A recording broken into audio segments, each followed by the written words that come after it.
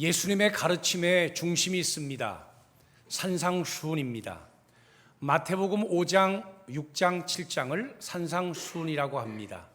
5장, 6장, 7장 중에 가운데 6장이 그 중에서도 중심입니다. 6장에 보면 구제와 기도 그리고 금식에 관한 세 가지 메시지가 있습니다. 그 세 가지 중에도 한가운데 중심을 이루는 것은 바로 기도입니다. 그러므로 기도를 이해하는 것은 하나님의 나라를 이해하는 것이고, 기도를 이해한다고 하는 것은 예수의 제자 도를 이해한다고 하는 뜻이며, 기도를 제대로 이해한다고 하는 것은 신앙이 무엇인지를 제대로 알고 이해한다는 뜻입니다. 오늘 우리는 예수님께서 가르쳐 주신 기도에 대해서 함께 배우고 살펴본다고 하는 점에서 참으로 의미 있는 축복의 시간이 될 것을 기대합니다. 그렇습니다. 하나님의 나라 중심은 기도를 어떻게 이해하느냐, 여기에 달려 있습니다. 천국의 삶의 중심도 내가 기도에 대한 태도를 어떻게 갖고 있느냐라고 하는 것으로 결정된다고 할 수 있습니다. 당연히 제자의 삶의 중심 역시 내가 어떻게 하나님 앞에 기도로 나아가느냐라고 하는데 달려 있다고 볼 수 있습니다. 이런 의미에서 오늘 본문의 말씀은 산상수훈 전체를 해석하고 꿰뚫는 키 텍스트가 될 뿐만 아니라 마태복음 전체와 하나님의 나라를 이해하는데 가장 중요한 열쇠가 되는 말씀이기도 합니다. 예수님께서 공생애를 시작하실 때에 40일을 정하여 특별한 기도를 드리시면서 시작을 하셨지요. 그 후에 예수님은 세례를 받으셨습니다. 그리고 기도하실 때에 하늘이 열렸습니다. 그리고 하나님의 음성이 들리기를 이는 내 사랑하는 아들이요 내 기뻐하는 자라 라고 하는 음성을 듣게 됩니다. 이렇게 하나님과의 관계성 속에 예수님은 공생애도 시작하셨고 구속 사역도 시작하셨으며 하나님의 나라를 이루셨습니다. 저 또한 이 기도의 경험과 체험을 통해서 예수 믿고 구원받아 오늘 이렇게 여러분들과 함께 하나님의 말씀을 나누는 설교자로 서게 된 것입니다. 오늘 저녁은 다음 세대를 위한 특별한 집회가 있습니다. 정말 텐션 넘치는 찬양과 하나님을 향한 정말 원없이 하나님께 부르짖고 간구하는 기도의 역사들이 있게 될 텐데, 오늘 저녁에도 하나님의 큰 역사가 있기를 주의 이름으로 축원합니다.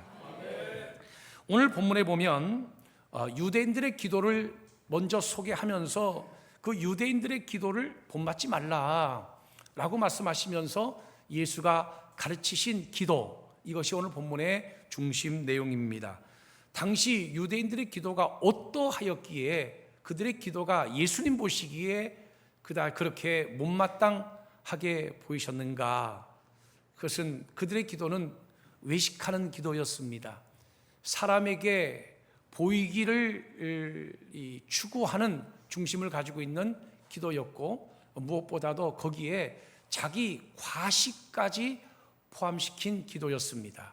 그래서 주님은 그런 기도는 본받아야 할 기도가 아님을 천명하시면서 예수님께서 기도를 제대로 가르쳐 주신 것, 이것이 본문의 말씀입니다.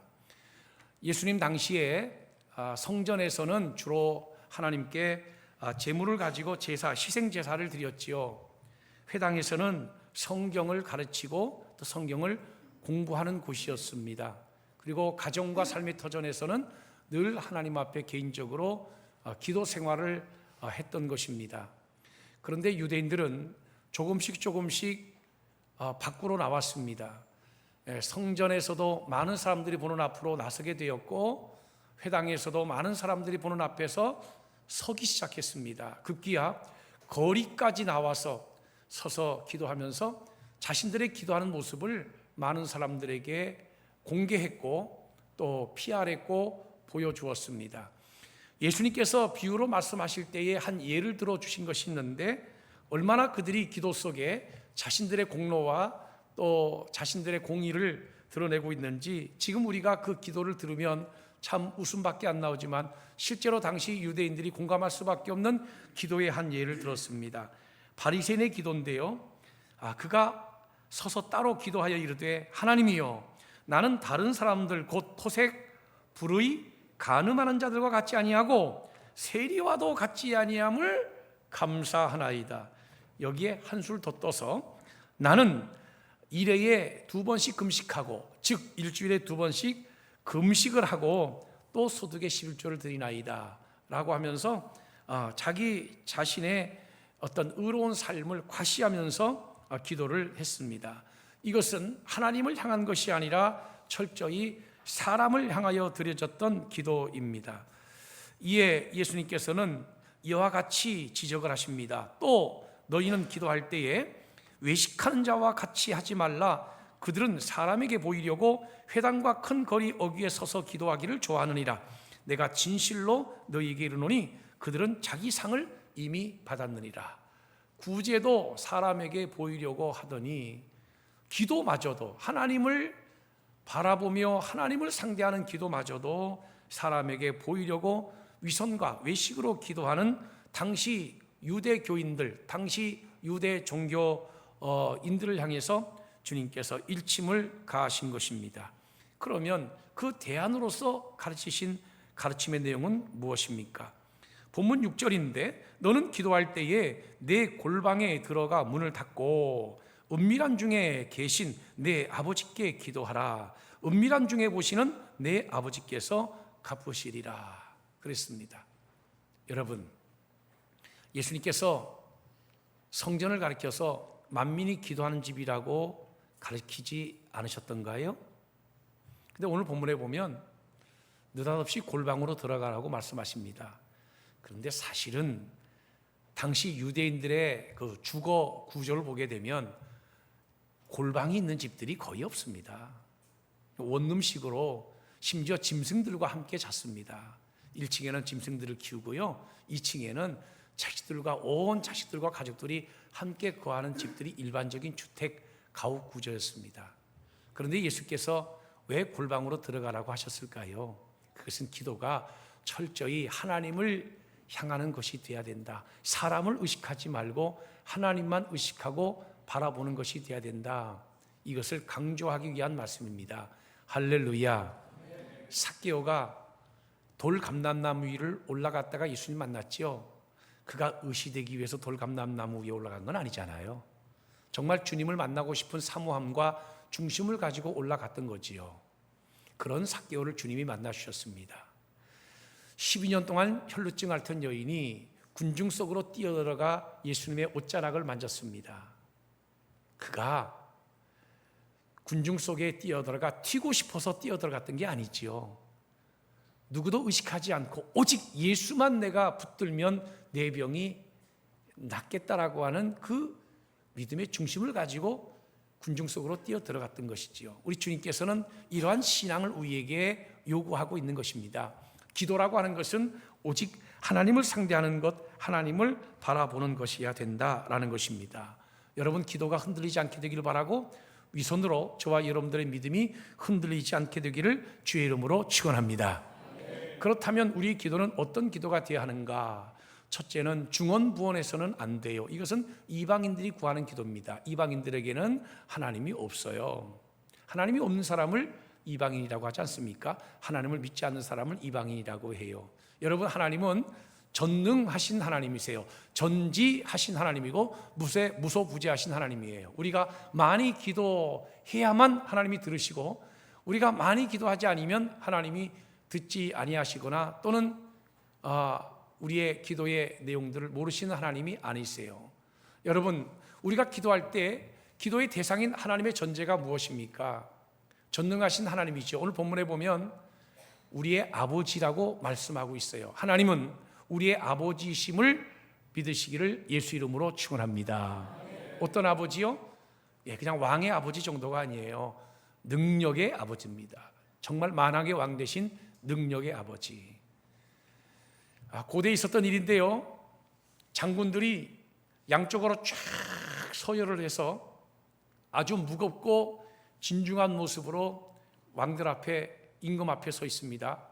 왕 앞에 서 있습니다. 이때 어린아이 하나가 문을 열고 오더니요, 막 뛰어와서 왕의 무릎에 첫바닥 앉더라는 거예요. 장군들이 갑자기 당황했습니다. 이 어떻게 된 일인가? 어떻게 될지 모르고 쩔쩔맬 때에 그 왕이 이렇게 얘기했답니다. 이 궁궐에는 여러 신하들과 여러 사람이 있지만 나를 오직 아버지라고 부를 수 있는 이 사람은 이 아이 하나밖에 없다. 이 아이가 자기 아들이라는 거죠. 여러분, 이 아이는 그 어떤 것도 가리지 않아요. 왜?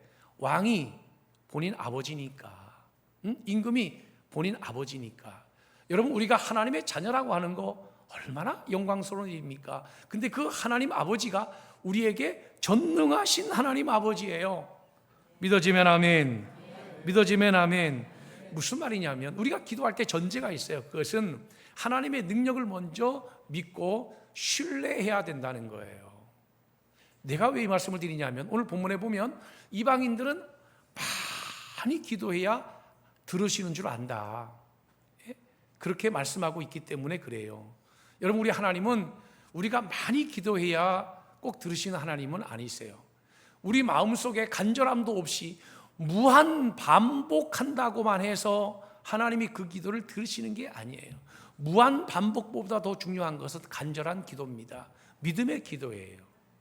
누가복음 18장에 보면 한 불의한 재판관의 비유가 나오는데 거기에서 우리 주님이 이렇게 말씀하시죠. 낙심하지 말고 기도해야 될 것을 비유로 말씀하여 가라사대, 이렇게 말씀하고 있죠. 여러분, 한 불의한 재판관의 예를 들어서 반복하는 기도, 끊임없이 기도하라고 하는 기도는 간절함 없이 무한 반복하라고 하는 것이 아니라 믿음의 기도를 드리라는 거예요. 그래서 그 이야기의 결론이 뭐냐면 말세에 내가 믿음이 있는 자를 보겠느냐, 그것이 그 비유의 결론이에요. 여러분, 간절함도 없이 그저 무한 반복한다고만 해서 그 기도가 응답되는 게 아니에요. 주문 외우듯이 계속 무한 반복한다고만 해서 그 기도가 우리에게 능력이 나타나는 게 아니에요. 그 기도 속에는 하나님과 우리와의 관계가 필요하고요. 그리고 그 하나님 아버지는 우리의 모든 기도를 들으시고 응답하신다라고 하는 믿음이 필요하다 이거예요. 믿어지면 아멘. 믿어지면 아멘. 제가 어제 우리 교육자들하고 또 농담을 했는데요. 교회가 상가에 3층에 있고 우리 교회가 똑같은 애, 그죠? 4층에는 아마 술집이 있었는데 늘 그때 서로가 불편했나 봐요. 이렇게 막 옥신각신하고. 그래서 교회가 기도했대요. 하나님, 저 술집이 다른 데로 좀 이렇게 이전하게 해주세요. 다른 데로 좀 가게 해주세요. 예? 술집이 좀 다른 데로 가게 해주세요. 이렇게 기도를 했나 봐요. 그런데 하필 그 위에 있는 술집이 불이 난 겁니다. 그런데 이게 몰랐으면 그냥 넘어갈 텐데 이 사장님이 그 사실을 안 거예요. 교회가 자기들 나가게 해달라고 기도한 걸 안 거예요. 그래서 재판을 걸어버린 거예요. 이 사장이 얼마나 화가 났으면 생각해 보세요. 홀라당 다 불탔으니까 재판을 걸은 거예요. 재판장에 섰습니다. 재판관이 목사님한테 확인하는 거예요. 목사님, 아니 그 위에 그 술집이 빨리 나가도록 기도하셨습니까? 예, 기도했습니다. 아니 목사님이 기도하셔갖고 여기 불났잖아요. 그랬더니 이 목사님이요 발끈하면서 하시는 말씀이, 아니 우리가 불나라고 기도한다고 한들 불이 납니까? 예. 누구 믿음이 더 좋은 거예요? 그러니까 하나님 앞에 기도하면서 전혀 믿음을 가지지 않고 무한 반복하면서 똑같은 기도를 계속하는 거, 그럼 그것이 무슨 의미가 있습니까? 목사님 1000번째 있지 않습니까? 여러분 1000번이라고 하는 것이 1000번이 뭐죠? 번? 넘버? 이 1000번이라고 하는 것이 그런 1000번이 아니에요. 숫자가 아니에요. 1000 띄어쓰고 번제예요. 1000마리의 번제물로 하나님 앞에 드린 거예요. 그래서 그 1000마리의 번제를 드리기 위해서는 수주간이 걸렸을 것이다, 이렇게 신학자들이 이야기하는 거예요. 성경을 찾아보세요. 1000번 제상가, 오퍼링, 제상가, 1000번제인가, 번 오퍼링이라고 되어 있잖아요. 1000번제란 말이에요. 1000 띄어쓰고 번제입니다. 1 띄고 1000번이 아니에요. 1000번제입니다. 1000번제는 하나님께 최선을 다해서 제물을 드리며 하나님께 제단을 쌓았다. 이게 핵심인 거지, 숫자 채우는 거, 무한 반복하는 것이 무슨 의미가 있느냐는 거예요. 신앙이라고 하는 것은 지성이면 감천인식으로 하는 것이 아니라 우리의 중심과 우리의 진실을 담아야 이게 신앙이라는 거예요. 할렐루야. 기도는 그렇게 해야 된다는 거예요. 그래서 기도의 전제가 뭐냐면 그 이방인들처럼 중언부언하지 말라. 똑같은 것을 무한 반복하면서 주문해 오듯이 그렇게 하지 말고 한마디를 기도하더라도 믿음을 가지고 구하고 기도해라. 하나님은 우리가 구하기 전에 이미 우리에게 무엇이 있어야 할 것을 다 아신다. 왜? 하나님은 우리의 아버지이기 때문에. 할렐루야. 두 번째 예수님이 가르쳐 주신 기도는 뭐냐면 순서가 바뀌지 않도록 기도하라, 그 얘기입니다. 주기도문을 보면 모두 기도문이 6개로 되어 있습니다. 먼저 3개는 하나님을 향한 거예요. 하나님의 이름, 하나님의 나라, 하나님의 뜻. 이름이 거룩히 여김을 받으시오며 나라가 임하옵시며 뜻이 하늘에서 이루어진 것 같이 땅에서도 이루어지이다. 3개가 하나님을 향한 거예요.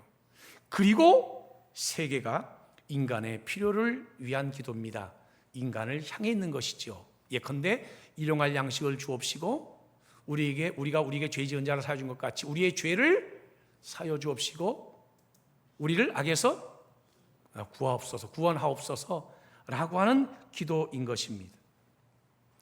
하나님의 거룩함이 세상에 드러나기를, 하나님의 통치와 주권이 이 땅에 실현되기를, 전적인 하나님의 뜻이 이 세상에서 이루어지기를 하나님을 위해서 기도하고, 그 다음에 날마다의 생계와 필요를 위해서, 용서와 관계 회복을 위해서, 그 영적인 보호와 승리를 위해서, 인간의 필요를 위해서 기도하도록 이렇게 되어 있는 겁니다. 마치 10계명이 1계명부터 4계명까지가 하나님을 향한 것이고 5계명부터 10계명까지가 인간을 향하여 하나님을 사랑하고 그와 같이 내 이웃을 사랑하라 라고 하신 구조로 이루어진 것처럼 주의 기도문도, 주님이 가르쳐 주신 기도도 3개는 먼저는 하나님의 나라와 의를 위해서, 그 다음에는 인간의 필요를 위해서.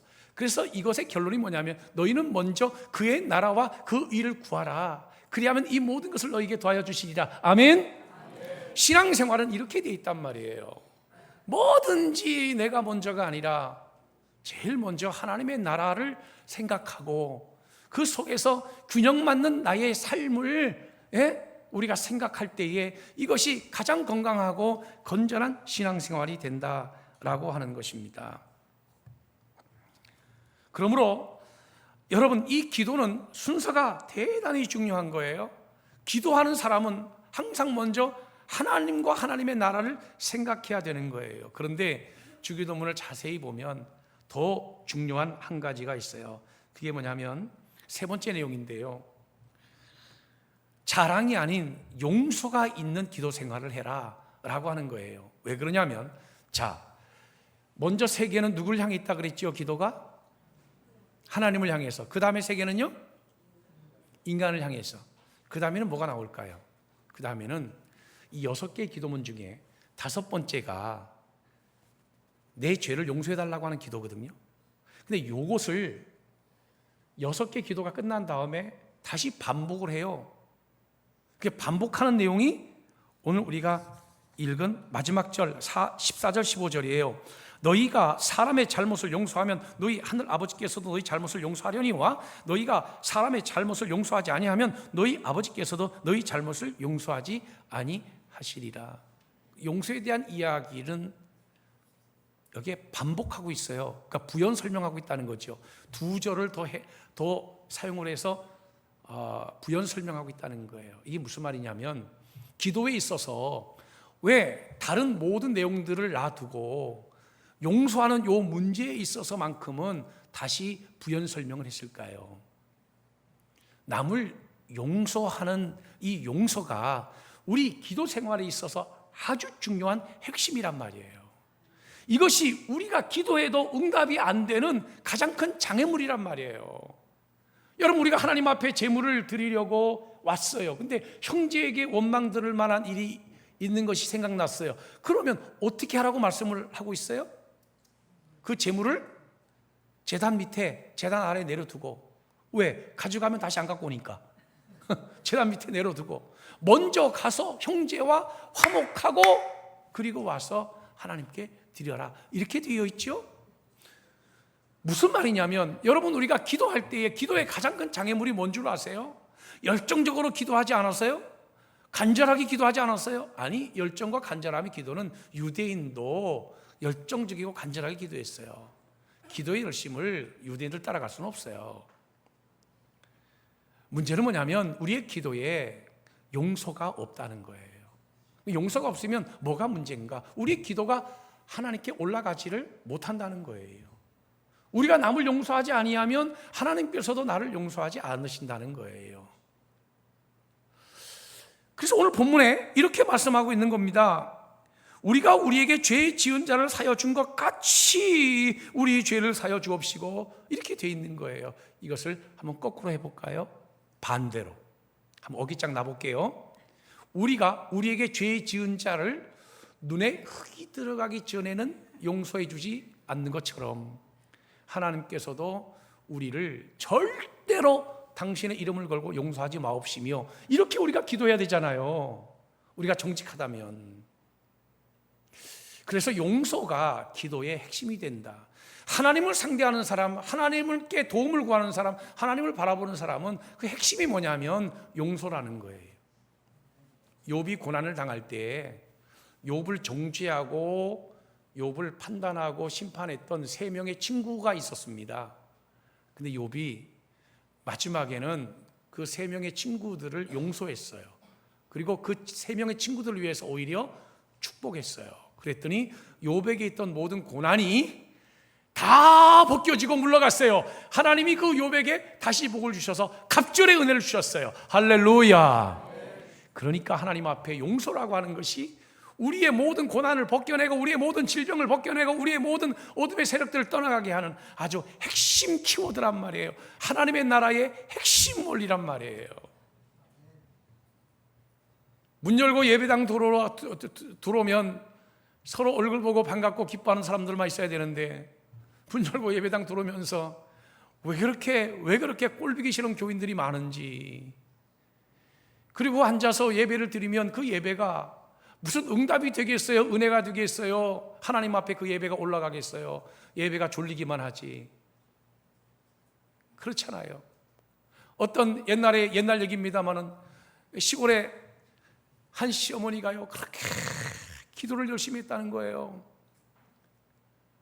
새벽마다 예배당 나가서 기도를 하는데 그렇게 간절히 하나님, 우리 아들 축복해 주시고 우리 며느리 축복해 주시고 우리 손자들 축복해 주시고, 아멘? 그렇게 열심히 기도했다는 거예요. 그런데 기도만 하면 뭐예요? 기도 끝나고 집에 돌아가 보니 며느리는 계속 젊으니까 잠만 자는 거예요. 아침에 시어머니 그냥 어떻게 하든지 가문 제대로 세워보겠다고, 가정 제대로 세워보겠다고 새벽에 나가서 기도하면, 아니 생각 있는 며느리라면 그냥 긴장해서 벌떡 일어나갖고 아침에 부엌문 열고 불 떼서 밥이라도 해야 될 거 아니에요. 그런데 며느리가 젊으니까 그저 자는 거예요. 그러니까 예배당 와가지고 1시간 동안 하나님 앞에 고래고래 소리 지르면서 하나님을 향하여 있는 영성 없는 영성 다 끌어다가 기도하고는 집에 대문 열자마자 소리를 지르는 겁니다. 이 시어머니가 대문을 바로 집어차면서 너는 잠만 찾아면 되냐? 그러고 발로. 그게 무슨 영성이냐? 그게 무슨 신앙이냐는 거예요. 그게 무슨 하나님의 나라 원리냐는 거예요. 그렇잖아요. 예? 어떤 분은 꼭 새벽 기도 갔다 오다가 남의 집 호박을 하나씩 꼭 따갖고 간다는 거예요.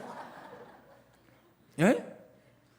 아니 예배당 와가지고 그냥 하나님 찾고 거룩한 청을 있는 대로 하고 그냥 당에 들어가면 목사 장로가 덮어놓고 멱살 잡고 싸워. 어쩌자는 거예요. 어쩌자는 거예요. 그게 무슨 교회입니까? 예? 그게 무슨 교회예요? 그러면 안 되죠. 그게 무슨 하나님의 나라입니까? 여러분, 우리가 누군가를 용서한다고 하는 것은 나도 건너가야 할 다리를 우리가 연결하는 것 같은 거예요. 내가 남을 용서하지 않는다고 하는 것은 나도 건너가야 할 다리를 내가 스스로 끊는 거라니까요. 왜요? 내가 남을 용서한 것처럼 나도 용서를 받아야 되는데, 내가 남을 용서하지 못하겠다고 다리를 끊어버리면 내가 건너가야 할 다리도 끊어지는 거 아닙니까? 그래서 하나님의 나라 원리는 이 용서가 이게 기본인 거예요. 용서를 배워야 예수의 제자가 되는 거예요. 예수님께서 제자들에게 제자도를 가르칠 때에 제일 처음 가르친 게 뭔지 아세요? 70번씩이라도 7번이라 그랬어요. 7번씩이라도 70번이라도 용서하라 그랬어요. 뭐 곱하기 하면 그게 그거지만 용서를 제일 먼저 가르친 거예요. 용서를. 사실은 무한 용서입니다. 그래서 예수님의 제자의 의미와 목회자의 의미는 딱 일치하지는 않지만, 저는 항상 그런 생각을 하면서 목회를 해요. 이런 목회라고 하는 것이 어떤 사람에게는 하나님이 30명 맡기고, 어떤 사람에게는 100명도 맡기고, 어떤 사람에게는 5,000명도 10,000명도 맡기시겠죠. 근데 하나님이 양들을 맡겨주실 때에 얼만큼의 양, 그 어떤 기준으로 양들을 맡기는가, 저는 항상 그런 생각을 해요. 그것은 목사가 용납하고 용서할 수 있는 만큼 하나님이 양들을 맡기신다. 목회자가 끌어안고 포용하고 용납하고 이해하고 받아들일 수 있는 그만큼 하나님이 양들을 맡기시는 거예요. 왜 나는 사람들이 왜 나를 안 따를까? 왜 나는 이렇게 비중 있는 일을 못할까? 왜 나는 하나님의 일을 힘있게 능력있게 많은 사람들과 함께 못할까? 내가 요만큼만 용납하고 이해하고 사랑하고 나머지는 전부 다 적대시하고 전부 다 정죄하고 전부 다 심판하고 판단하는데 어떻게 그 모든 사람들이 내 품 안에 들어오겠어요? 바다 가보세요. 바다에 가면 조만한 돌멩이를 들추면 거기에 조만한 꽃게가 있고요, 큰 돌을 들추면 거기에는 큰 꽃게가 있습니다. 세상의 미물도요, 자기가 어디에 들어가서 어디에 깃들어야 자기가 안전한지를 스스로 아는 거예요. 여러분, 깊이 물을 파야 큰 고기가 들어오는 것이죠. 내가 남을 용서하는 만큼 이 목회뿐만 아니라 사업의 장도 넓혀지는 것이고, 경영의 장도 넓혀지는 것이고, 할렐루야. 사업하는 분들한테 물어보세요. 장사하면서 뭐가 제일 힘든가? 장사하면서 제일 힘든 거는요, 알바생들이에요. 알바생들. 이 사람 다룬다고 하는 것이, 이 사람을 쓰는 것이 얼마나 피곤하고 힘든지를 몰라요. 어제도 내가 가장 존경하고 사랑하는 삼남성교 회원들은 우리 목회자들 오딱을 사주셨어요. 복날이라고. 얼마나 감사하게 오딱을 먹었는지. 오딱을 먹고 커피를 저희가 커피까지 풀코스로 쏘겠습니다. 그래서 커피숍을 갔는데, 큰 커피숍인데요, 그렇게 많은 빵이 다 팔렸더라고. 저녁 때 갔더니. 그런데 커피를 주문하려고 그러니까 이 커피 타주는 직원이, 커피를 이렇게 해주는 직원이, 사람은 그렇게 많은데 2층까지 큰 건물인데, 아니 커피를 지금 주문하면 40분 걸린다는 거예요. 왜 그러냐 그랬더니 사람은 많고 일은 저 혼자 하기 때문에 40분 걸립니다. 그 말은 뭐예요? 나 알바생인데 귀찮은데 시키지 말고 그냥 가세요. 그 얘기 아니겠어요? 왜 그렇게 큰 경영하는 회사에 알바생이 한 명이겠어요? 왜 직원이 한 명이겠어요? 사람 구하는 게 힘들어요. 요새는 참 사람 쓰는 게 힘들어요. 그래서 이게 참 피곤하고 힘든 거예요. 그럼 경영이 커지려면 어떻게 해야 되겠어요? 어떤 사람도 다 포용하고 끌어안을 수 있는 그런 아량이 있어야 되는 거예요. 어떤 교회는 부교육자가 안 와요. 어떤 교회는 서로 부교육자가 오겠다고 난립니다. 우리 교회는 서로 난리 나는 교회가 되기를 주의 이름으로 축복합니다. 감사한 건 우리 교회는 한 번 오면 잘 안 가. 그런데 종신직으로 붙들어 두려고 하면 더 잘해줘야 돼. 더 잘해줘야 돼. 아멘 안 할 줄 알았다니까 내가. 용납과 사랑의 크기만큼 사실은 그 그늘에 사람들이 모이는 것이거든요. 여러분, 부모가 자꾸 자식 정죄해봤자 거리감만 생기고, 자식이 자꾸 부모한테 불만 얘기해봤자 거리감만 생겨요. 나중에는 나 혼자밖에 안 남어. 그래서 용서하지 못한 사람은 외로운 거예요. 외로워. 네, 외로워. 그런데 사랑하는 사람은 늘 주변에 사람이 많아요. 하는 것마다 사업하면 친구들이 도와주고, 장사하면 아는 사람들이 와갖고 달라붙고, 뭐 좀 하려고 그러면 투자자들이 막 늘어나가지고, 할렐루야! 얼마나 여러분 멋진 인생입니까? 그게 하나님의 나라 원리라는 거예요. 사랑하는 성도 여러분, 오늘 저와 여러분들이 이 용서를 잘 배우고 기도를 잘 이해하고 배워서 하나님 나라 백성으로서 기도하는 것마다 응답받고 축복받고 삶의 문제 해결받고 비전이 열리고 축복의 하이웨이 고속도로가 열려 하나님 앞에 날마다 복을 받는 우리 모두 되기를 예수 이름으로 축복하고 축원합니다. 기도하겠습니다. 고마우신 하나님 은혜와 사랑을 감사합니다. 말씀 통해서 은혜와 도전을 받게 하시오니 감사합니다. 사랑의 그릇이 사람의 크기요, 사랑의 그릇이 하나님의 사역의 크기임을 알고 깨닫게 하시오니 감사합니다. 하나님을 사랑하는 것과 같이 이웃을 사랑하게 하시고, 내가 나를 사랑하는 것과 같이 동일하게 이웃을 사랑하게 하시되, 하나님 정죄하고 판단하기보다 사랑하고 끌어안아 하나님 앞에 아름다운 하나님의 나라를 늘 이 땅에서 이루어 나갈 수 있는 복된 성도들, 복된 사역자들, 복된 전도자들, 또 복이 넘치는 우리 모든 교인들 되게 도와주옵소서. 감사를 드리오며 예수님의 이름으로 기도하옵나이다. 아멘.